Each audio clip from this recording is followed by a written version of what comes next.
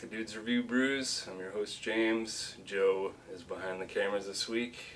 I got some home brew rolling in this week from my buddy Jeff Moranti, better known as Gorfin. What's up, Jeff? Hi, James. How are you? I'm good. Me too. Yeah. What are we drinking today, breh? Well, I brought a Saison and a Belgian double IPA. Yum. Yes, sir. I don't know, I'm pretending I didn't know that because I heard you were doing that and I wanted to do a blind taste test with some Bellwood Saison to see if I like yours or theirs better. I'm rooting for you. Hope so. Bellwoods does make good beer, but so do you. Yeah, I think we do too. What's the name of your brewery again? Attridge Grove Brewing. Attridge Grove Brewing. It's Jeff and his buddy Todd. I've had a lot of interesting beers from them. They did get a gold medal, but their Smoked porter. smoked porter, that was a phenomenal beer, if I do say so. Yeah. He said something about plans to maybe open a shop eventually. Hopefully. We've contemplated opening a homebrew store here in Rochester. We think it's lacking. There's only one place really to go to get ingredients, and we think it would be a good benefit to the city of Rochester to have a quality homebrew shop with the possibility of brewing on premise. That'd be cool. Yep.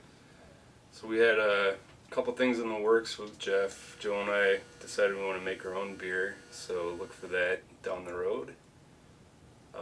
Without further ado, let's drink some beer. I'm going to blindfold myself, pour these Saisons up so I don't know what's what, and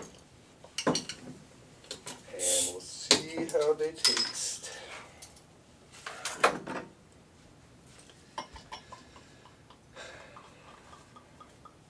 That smells good.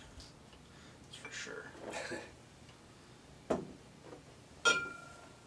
Oh, I'm gonna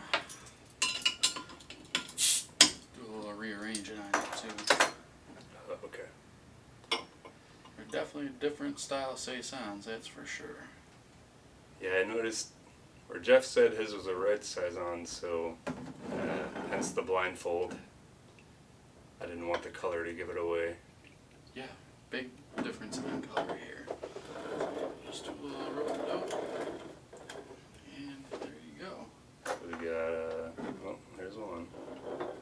I'm gonna fill myself one too. 1, 2. Yeah, join me in the back-to-back, at least you'll know which is Definitely. which, but I do not.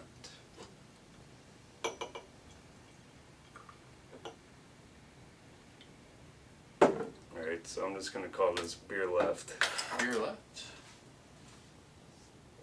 Beer Left smells really good.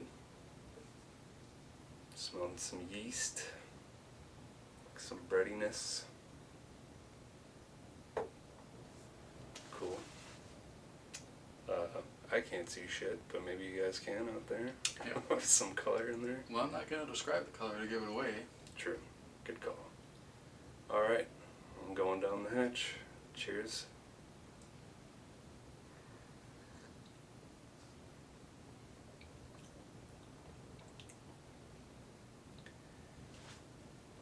Damn. What are you tasting?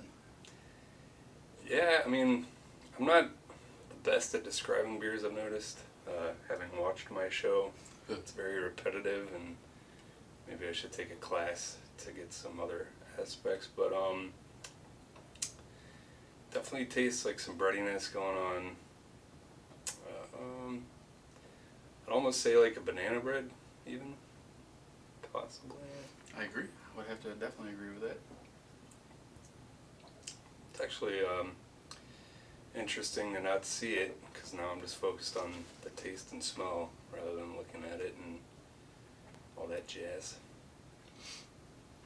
But I like it, whichever beer this is.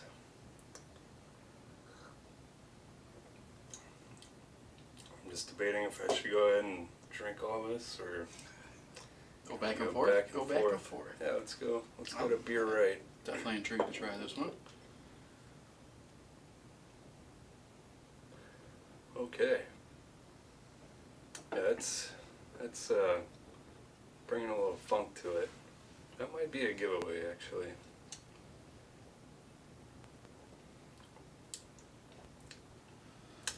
I think so too. Yeah. Well, yeah. I think I can right off the bat say this is the Bellwoods. Maybe. Yeah, I think you were definitely right on that. Alright. See, the biggest difference between ours is Bellwoods is aged in a big whiskey, or not a whiskey barrel, a big barrel. Their fodder. It's a big barrel that they age their saison in. Okay. Which it definitely gives you that funkiness that you're tasting, which is, it's so crisp and refreshing. And the color on that is just out of this world. Big difference in styles. Even though they're both saisons. Yeah, it's almost, I don't even want to vote really. It's kind of like voting between a pepperoni pizza and a white garlic pizza. Yeah. Because they're that different in style. Deep dish in New York style. Right. So. Yeah, I didn't know what to expect with that. Yeah, that's a definitely a delicious beer, but definitely totally different than our saison. Our saison was real simple, only about 4 ingredients. We used red X malt, red wheat, French saison yeast, and I do believe this one we used Aurora hops. Is what the hop was used on this one. So it's a real simple, easy brew. It's good nice. Too. Yeah, it's very drinkable. It's very, both of them, the carbonation level is perfect for a saison. Almost champagne-y, which is effervescent, to say the least. Yeah, you guys, I mean, it's like a drier, definitely a drier saison than...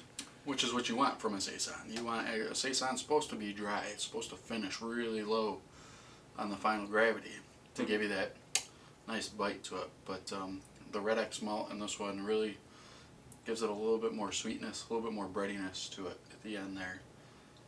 And it's one of our favorite beers. We don't usually duplicate our beers too much, but this is one of the first ones that we've done 2 years in a row.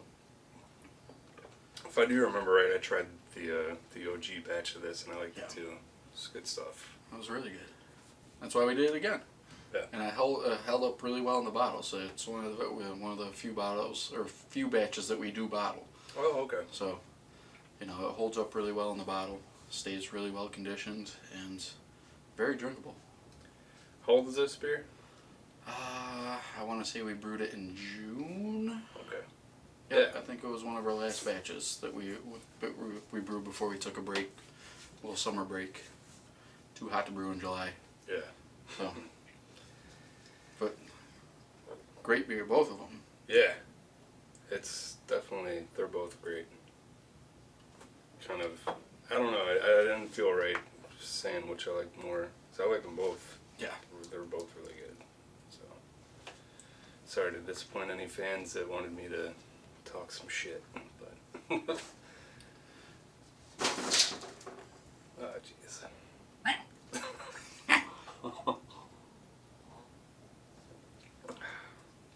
Do you guys know the ABV on that? That's kind of a big guessing game, isn't it? When Not normally, because we get pretty good readings. We take good care to take all of our readings when necessary. So I'm pretty sure that this beer finished right around 6.5, if I remember correctly. We got it to drop really low on the final gravity, almost down to like a 1.005, I want to say. So it's where you get the dryness is. The lower the finished gravity, the drier it's going to be because there's no residual sugars floating around. And so that's what gives you the dryness. Yeah. So like, when you drink a beer that's got more sweetness to it, it's there's still residual sugars floating around in the beer. Was that like kind of the sediment you'd see at the bottom here? That's from bottle conditioning. Oh, it's, okay. When they carb these beers in the bottle. Yeah. So they add more sugar before they carb it, and they cap these beers off, and then the sugar restarts the yeast, and it starts eating again. Is that what bottle conditioning is? That is exactly what bottle conditioning is. Okay, so I'm learning. I drink a shit ton of beer. Have I ever made it? Nope. Do I know half the shit Jeff's saying? It's nice. Yeah. When you see a beer that has a phenomenal yeast cake at the bottom, like this one here, it shows that it's been bottle conditioned all the yeast is settled off after it's done its thing, and it made a perfectly bubbly, super effervescent beer, which is great. I mean, you can overcarb or undercarb. It's you got to really know what you're doing when you're adding sugar back to the batch, because you add too much sugar, and the next thing you know, you got bottles blowing up in your closet, or in your beer cellar from just too much pressure. Okay. So. I hear about a lot of fruit beers doing that nowadays, like with the Veil or like the Answer. They have like the big fruit beers. Because it's hard to measure the amount of sugar that you're putting in from this fruit. Fruit has sugar, right? And you're not going to know exactly the amount of sugar that you're adding to it. So it's like a guessing game. All right. Man, that Bellwood's that's phenomenal. I didn't expect that to be funky like it was.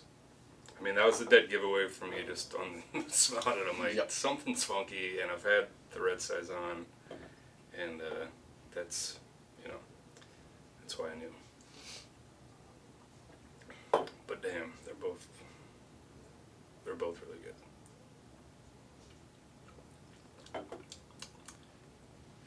Yeah. All right. Want to try the other one? Yeah. The other one is really like the younger brother of the red saison. What we did is when we brewed this is a Belgian double IPA. We just poured this this beer wort right on top of the yeast cake that came off of the red saison. Oh, no shit. Right. So this is like actually the third generation yeast, because we did a regular saison, which we call our whippersnapper, which is golden in color like that, nice light summer drinking beer. Then we did the red saison after that on the same yeast cake, and then we did the double IPA right after that. So this is 3 times we just pitched right on top. So this is third generation yeast. It's a Belgian double IPA that I think we got close to like almost 9.3% on. Oh damn. I hope this is alright. This is right off the keg at home. It's a very dangerous beer to have on the keg at home, because it drinks very well. This was you can pick up on some of that bread and yeast. I mean, when I think Belgians, that's usually the first thing I think of is. Yeah, there's going to be a lot more hops in this than a regular saison would have. We did a good dry hop with this as well. Oh man, that is really fucking good. Yeah, the yeast character on that really pops with the spiciness. Yeah. Of the Belgian. I think what's nice about this Belgian yeast is you can get so many different flavors off of it by just controlling temperature. I didn't mean to kick your cat in the face, but it's weird. He kind of likes to sabotage with his show, so. But we'll teach him a lesson. Yeah, if you ferment at a higher temperature, you can start getting crazy spices off of it. You start getting the clover phenols, the peppery phenols, a little banana. Oh, okay. So it's a very forgiving yeast where you can get up into a higher temperature and really get some good flavors and not off flavors like you would with a traditional ale yeast, which would give you bad flavors, hot alcohol, bad fusel alcohols. So we brewed a lot of Belgians this year, and this is one of my favorites. This is a really good beer that we did. I agree. Get none of that. No alcohol on that, which is kind of mind blowing. That's nothing. That's what I was gonna say. 9%, a little over 9. So what I wanted to do for the show too was have another beer to go up against this one. And when I went to the beer store today, I asked the guy, Dan at One Stop, what's up Dan, if there was any other Belgian double IPAs, but the one that came to mind for me originally was a Flying Dog Raging Bitch. And that one tastes similar, but what I'll say, you trump them, and that's probably what I would have said if had I bought a bottle. They only had 6 packs, no offense, I just didn't feel like drinking that much. So, Did you buy a 6-pack of this? I would definitely buy a 6-pack of this, because fucking A, that'll sneak up on you. Yes, and it's dangerously drinkable. That's what I was going to say, is like the Flying Dog versus this one, you could taste the booze on the Flying Dog. And that's, for them, I mean, that's one thing that I've noticed with Flying Dog fucking forever, is that if you want some booziness, go for some Flying Dog, 'cause they don't fuck around. It's not a bad thing. It's not an off flavor. If you were to taste this in a competition or something like that, you were judging it. It's an allowable feature for the style of beer. It's still a little alcohol on the nose, and the flavor, but to be able to mask it and still have a really drinkable beer that's nice and potent, you know. Yeah. It's really, and we used a hop on this beer that we've never heard of. Nobody, even in our beer club, for the Uni High Beer Club. Hi, Uni High Beer Club. If you got anybody from that watches this, the upstate New York brewer, home brewers. It's a hop called Smargid. Smargid. Yeah. It's like, but it had all the qualities that we wanted to put into this beer, with earthy and a little bit of stone fruit tropicalness to it. And it balanced perfectly with the yeast that we used, and the malt bill was really simple too. So it just, I mean, it cleared up amazingly. That beer looks... Yeah, it's like apple juice. Exactly, yeah. I wish we, this is one of the beers I kind of wish we did bottle in bottle condition. I think it would have been a really good beer to bottle condition. Yeah. But it's nice having this on draft too. You know, it's a dangerous beer to be drinking, just walking up to the geezer and just pouring a pint. Yeah. And, you know, sneaking up on you. Yeah, that's got to take some self-control. Jeff has a kegerator at home with three kegs on tap right now. 2 currently. 2? I got it set up for 4, but Oh, you got a coffin though, don't you? Or no, it's just a geezer, just out of an old freezer that I built it out of. oh, okay. And it Not up on my terminology. it works really well. You know, it's nice to have draft beer at home. Yeah. You know, especially come football season now. It's gonna be really fun. Yeah. Yeah, and hopefully we'll see Attridge Grove out there someday in time. Yeah. It's we've been brewing quite a bit. I think we're on par to brew like almost 170 to 180 gallons this year. Yeah. We don't ever do the same beer twice in a year, so it's always different styles. We like to do unique styles. Yeah. Talk a bit about he had some options for me to try today. One was a wheat wine, which I've tried. What was the ABV on that one? I think around 11 and a half. You would never know. That's a potent one. That one sneaks up on you too. Yeah. With the drinkability. We have a Belgian Double in bottles right now. We did an experimental beer where we did no water in the beer. We had 14 gallons of maple sap, and we, instead of using water, we just used maple sap to supplement our water, and that beer came out really good. Never heard of anybody ever doing anything like that. So, and then we, in our keg, and the other beer in my keg right now, in the kegerator, is we call it the pigskin ale. It was just all of our leftover ingredients thrown in together that we had sitting around from other batches, and That's right. it drinks like nothing we've ever had before. Almost like an amber, like a mix between an amber ale and a brown ale. It's got a little nuttiness to it, but it's got a nice red hue to it, and there's a rule in my house that we only are allowed to drink that when football's on. Oh, right. So we call it the pigskin ale. Gotcha. So I don't think I've tried that one yet. no, it's only been on draft for about a week or 2. So all right. an excuse to come over. Yeah. Come over for a Bills game. Yes, sir. Go Bills. Go Buffalo. Well, sweet, man. Yeah, we look forward to hopefully get some more of the Attridge Grove in here, and get you guys over brewing with us too. It'll be nice for you guys to do a Dudes Review Brew. Yeah, Dudes Review Home Brews. Actually, that's what this one will be called. Fix that up, right, Joe? Shout I'm out going Joey. back Joey, for you want another to try pour anything? of this Bellwoods, because this Bellwoods is great. Dude, that, yeah. I'm going to Bellwoods tomorrow. Going to see Mac DeMarco Sunday in Hamilton at Collective Arts Brewing. But tomorrow we're making a little field trip up to Bellwoods, and that's always a treat in Toronto if you're ever in the area. Collective Arts, I've been having a couple of their beers. I'm excited about that too. Wrench, baby. Yeah. Wrench. It's so good. Well, One of my favorite that's beers to buy right Industrial now. Arts. Oh, that's right. Yeah. Collective Arts. Goddamn arts. Artsy fartsy. Yeah. But that's, yeah, Wrench is some good shit too. That just came around today.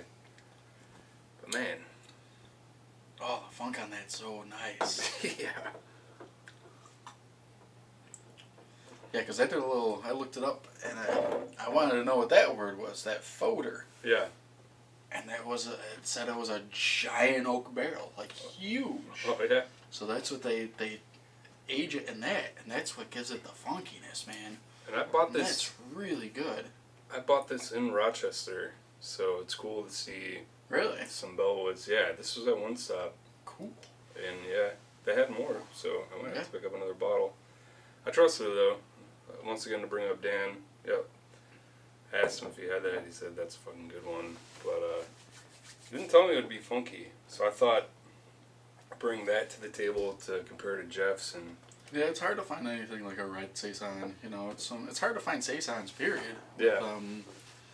Just out in the market itself. So it's why we brewed it a couple different styles. You know, we went on a Belgian kick this year. We did a Belgian Dougal earlier this year, and then the saison, the two different saisons, the double IPA.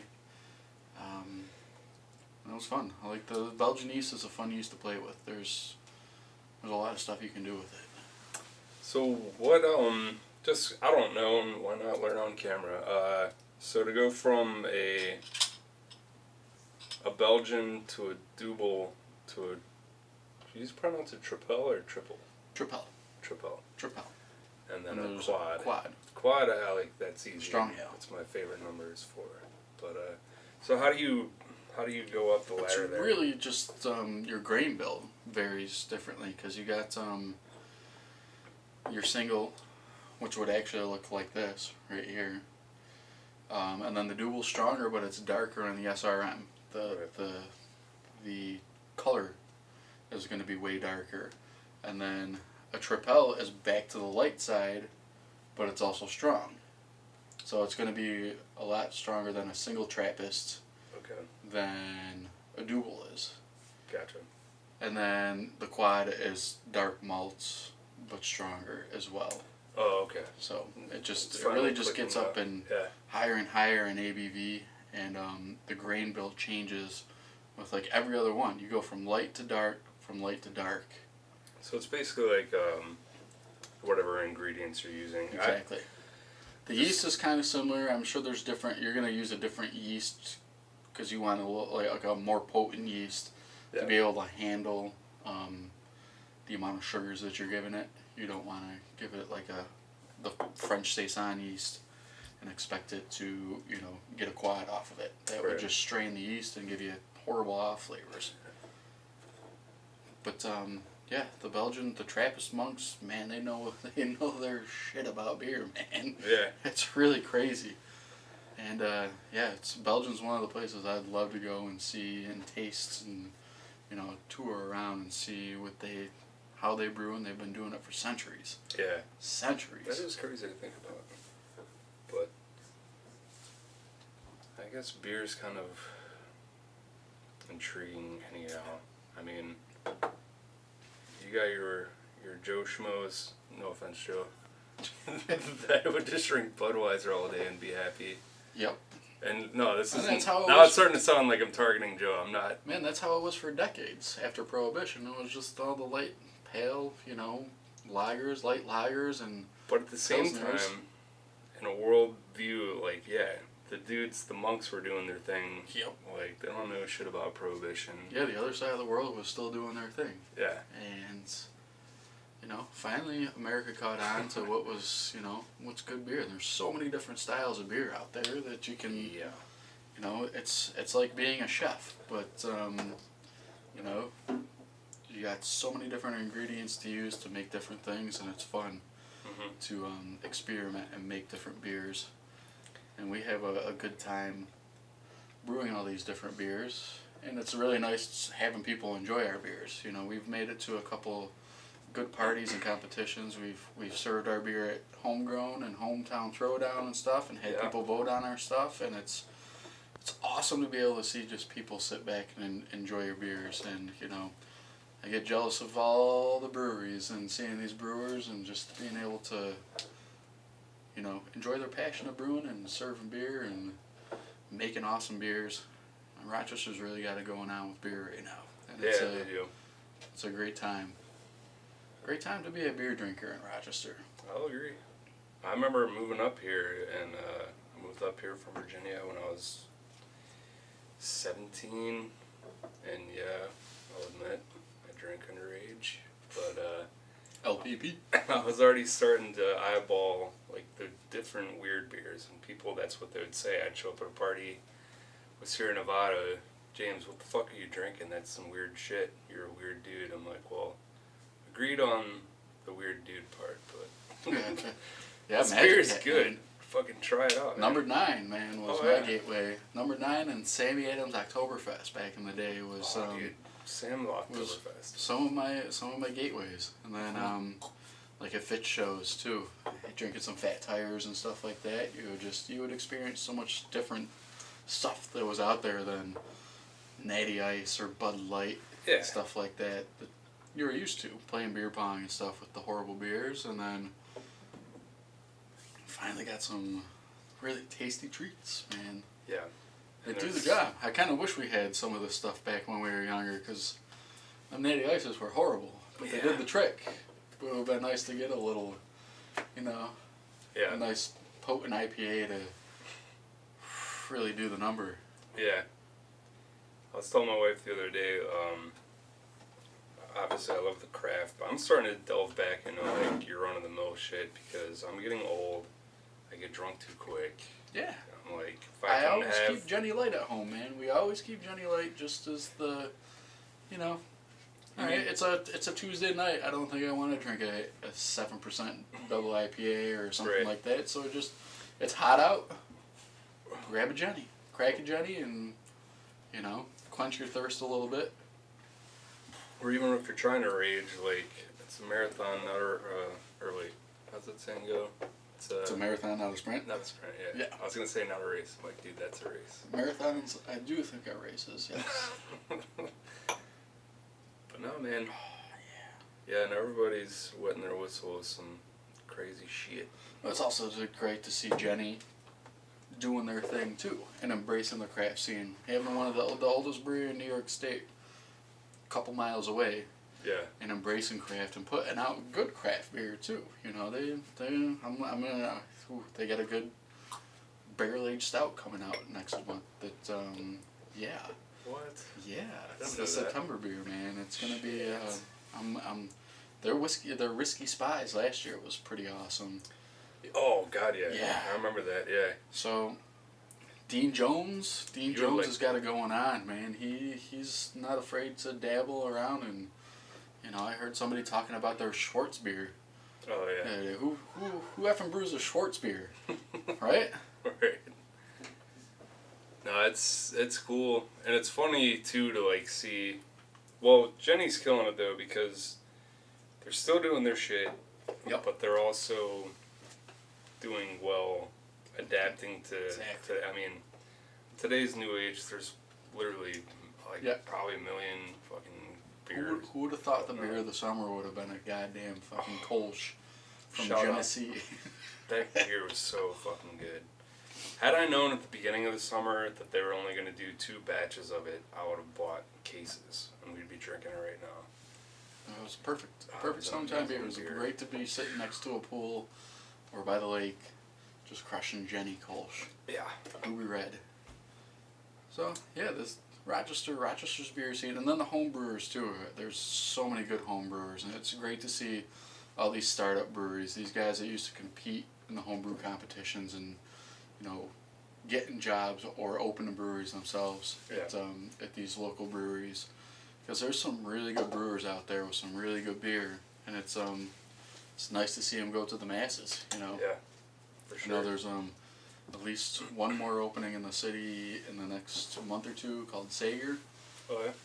Right on University. Okay. So it's in the neighborhood of the Arts, so it's going to be a nice little brewery. You got 3 heads, Lost Brew, and then you're going to have Sager Beer Works right there within walking distance of each other. Oh shit. So that's going to be fun. I know, Paul, one of the owners and brewers, is starting that up, and he's hoping to be open fall now, so hopefully October-ish. Oh yeah. And he's going to be a just small batch, non-traditional, just all different sorts of style beers. And hopefully he succeeds really well. It's going to be nice to see some beers coming out of there. Can't wait to get down to Mortalis. Mortalis those guys seem like they're crushing it. We should go get some crowlers. Yeah. You need to do some crowlers with them next time, man. Oh yeah. Yeah, that's. I was actually hoping for my Bellwoods haul plus my Aslan haul that I'm doing next weekend to actually get some. Well, my buddy at FedEx, he actually lives right next to him. He goes there like every day now. I'm like, you bastard. Yeah, because I keep telling him, like, give me a crowler, but there are limits, and I understand Mortalis, it's fine. But, yeah, I need to get down there and get myself one. And then other half, from the fucking Bronx, no, Brooklyn. Brooklyn. They're coming to Bloomfield. Yep. And you're going to have Mortalis, Prison City, and other half all within like a 45-minute. It'll probably be like an hour and a half road trip from one end to the other, because Mortalis is Avon. True. So you go from Auburn to Avon, and you can hit up a shit ton of breweries from Auburn to Avon. Yeah. And man, we'll have to do that. Ooh, road tripping. Yeah. Dude reviews brews road trip style. Joe could be our DD. No, Joe. Don't get it twisted. Joe drinks? Yeah. Yeah, I don't know if... Joe, did you see the dudes review Snooze? He probably hates me for that. Oh, man, I'm really liking my beer right now. Mm-hmm. Tasting really good. It's nice. No bullshit. I mean, I'm not saying it because he's sitting next to me, but it's really good. It's one of our favorite beers that we've brewed. It is, it's crisp and refreshing, but it still has a nice malt backbone to it, and it's got drinkability, and that's what you want in a beer, is just drinkability. Mm-hmm. You want to be able to just keep going back. If you're at a bar, you want to go back and be able to get another pint of the same beer because you like it so much, and that's kind of what we try to do. We strive to do. I remember one of our brews that we did. One of the ones that we really knocked it out of the park with was our Nutella Brown Ale. Call it the Nutella Brown Ale. I'm trying to remember if I tried that. I remember hearing about it. That's one of the ones I really want to brew again. We put hazelnuts in the mash, toasted hazelnuts in the mash, and then we aged it on cocoa nibs, a brown ale. I didn't actually use Nutella. But no, there's no Nutella used at all. So yeah, we put toasted hazelnuts in the mash, and then in secondary we aged it on cocoa nibs, and it had such a great, almost a chocolatey hazelnut flavor to it that we had to name it Nutella Brown. Yeah. And it's the only beer I've ever had where somebody's called me out of the blue and is like, dude, I need to buy a growler off of that. Can I come over and buy a growler? I'm like, yeah, okay, sure. If you like it that much, yeah, you can come over and get it. Yeah. And it was drinkability. It was just... I'll admit, dude, like, this is just standing out on its own because it's sour and these aren't. It's got a little funk to it. I'm not going to just sit there and drink this all night. No, these that's fucking A. Yeah, this guy right here is so dangerously drinkable that it's like you wake up the next morning like, whoa. Yeah, I was trying to remember just now which one was which, and I think I just reminded myself. Yeah, this is the apple. This is the Dippa? The Belgian dip. Yeah. Yeah, I think that one would be definitely something we would throw into our repertoire to come back and brew again and again and again. Yeah. Because it came out really well. and maybe bottle it next time. Yeah, I would. I'd fucking... No, deuces of that might really be dangerous, too. I'd bring that to a bottle share. Oh, yeah. Yeah, next time maybe do some wheat wine, and, whew. Yeah, we'll have the wheat wine. I could do, and we'll have our rye barrel aged stout available soon, and Oh, that's what you got in the barrel going? soon we'll put it in the barrel within the next few weeks, and then we also do a Christmas ale that's really good and drinkable too.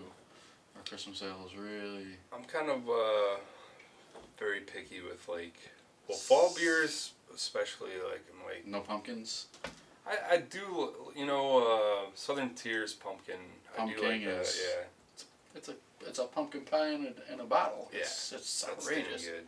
I just get picky. Like the Christmas ale is not a huge. What's the one fucking thing they always throw in those? Cloves or fucking. Yeah, we don't do cloves. Yeah. No cloves. Cloves or some shit like that. Fuck it. I don't like it. Oh boy, look at that. It's good, man. Yeah, I liked this. This is fun. This is good. It is fun. That's why we still do it. We got a lot of beer to drink. Me too. I think we might have to cut the cameras off before we finish all these. Cause Oh boy. Joe's probably sitting there squirming like, I gotta edit all this shit. You guys been talking for a half hour. Well, cheers to Hey, everybody cheers, out there. man. Hopefully someday you'll see our beer somewhere, Or if not, there'll be a beer store. Beer store was definitely needed in this area. I mean, no, not talking down to the only one available. I won't name names. I was gonna say there's one on West Ridge that's kaput. I don't know if you knew that. Yeah. They packed up. They wanted to go sell marijuana growing equipment, which made sense to them. They were hydroponics. Yeah, they were a hydroponic home. So why not go and brew, sell your stuff where you know you're gonna be able to sell your shit. You know, I can't blame them at all. But that just leaves us home brewers with only really one location, one central location to go get ingredients, and sometimes sometimes it's slim pickings to get their ingredients too. I think I know who you're talking about. And then it would be really nice to even just do mail order and stuff. Like if you were to put your order in on a Monday or even on a Wednesday, so you could brew that weekend, we would have it shipped and delivered to you in a timely fashion. Boom. And I think I might know a delivery service that could help you out there. Oh, do you think? So apparently all of my management's watching. We source most of our ingredients from the internet now, and it's just a bummer. I mean, especially when you're up shit creek and you need something. Yeah. It sucks to have to get into the car. I think with this, one of these ones, the wheat wine or something like that, we didn't have rice hulls. Oh.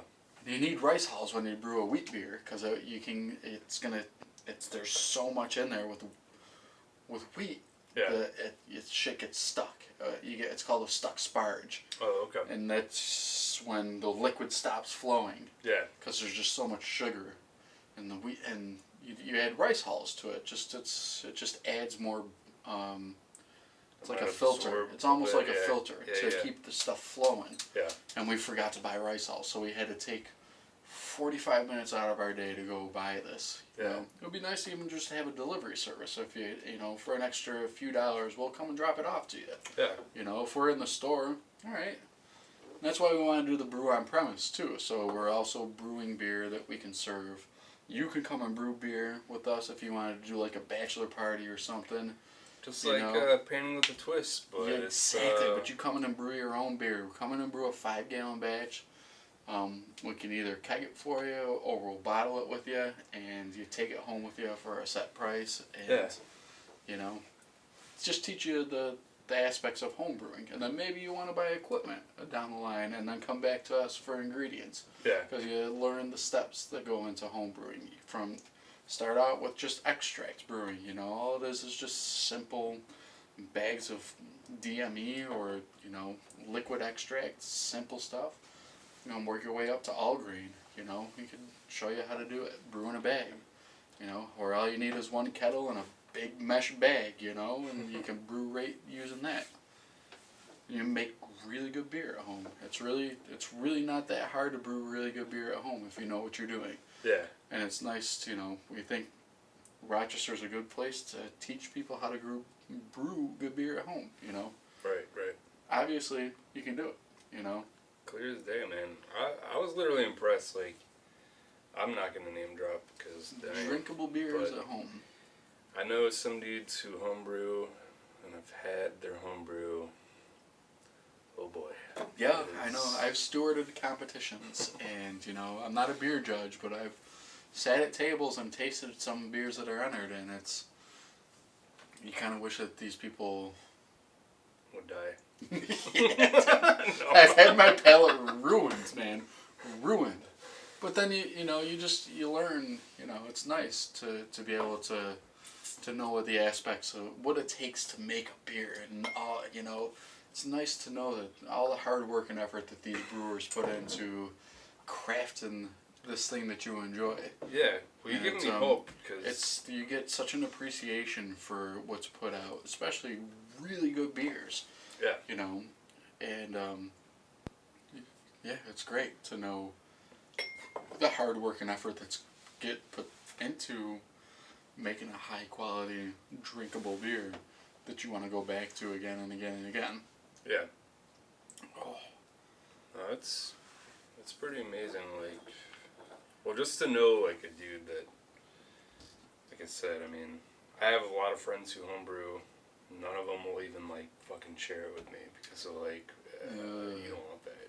See, that's and they think that I'm all highbrow too, and I'm like, I'll fucking butt chug some jank. See, we've poured some stuff out in the backyard before because we knew it wasn't, it's not something that we would drink ourselves, and it's not something that we would give to other people. So we're not against dumping something in the backyard. Yeah. Learning from our mistakes, admitting that we might have fucked up somewhere.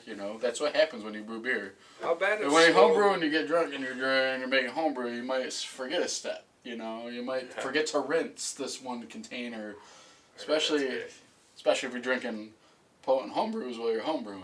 Yeah. So, or you get screwed over by a local homebrew store with shitty ingredients, and they Yeah.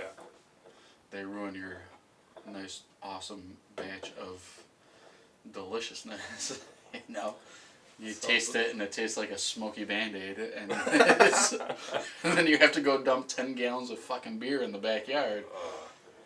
And I hear about that happening. Like, I was going to Vail once, and this is when like I made a whole fucking trip around going to that brewery.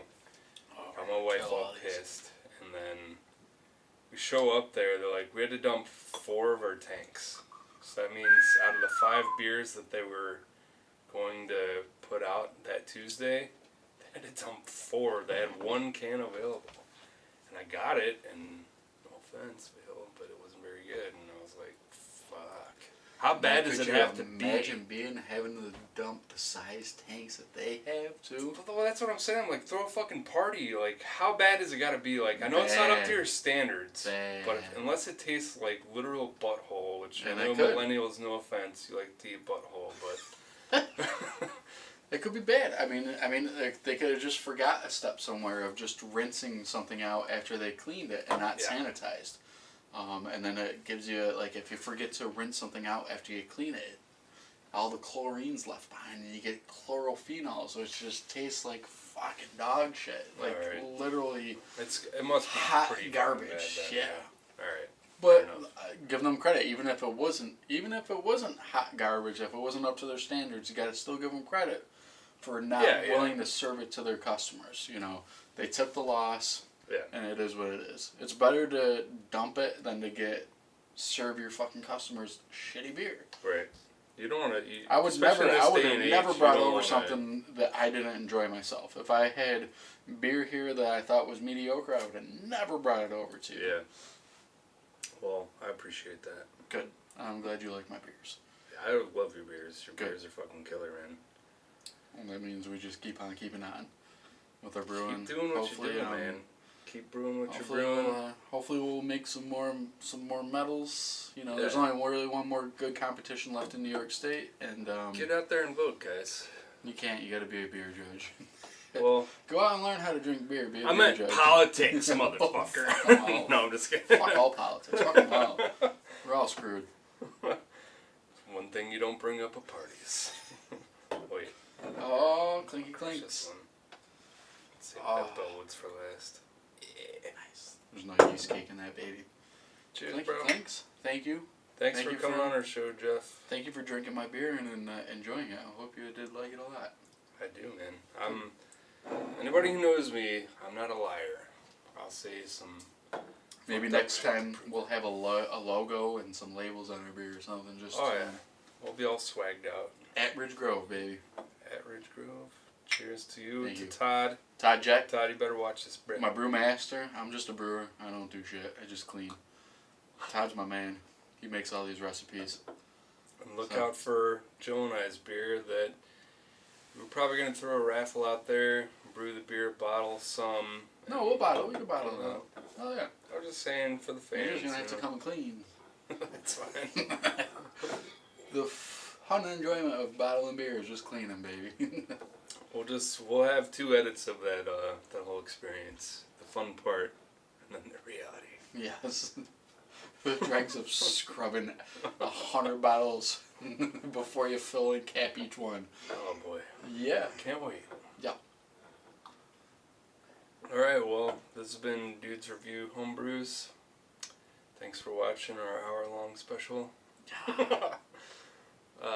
Cheers to you guys. Thanks, Jeff. Shout out Joe. Thank you. He's been holding that camera ever so steadily for so long now. Alright, man. So.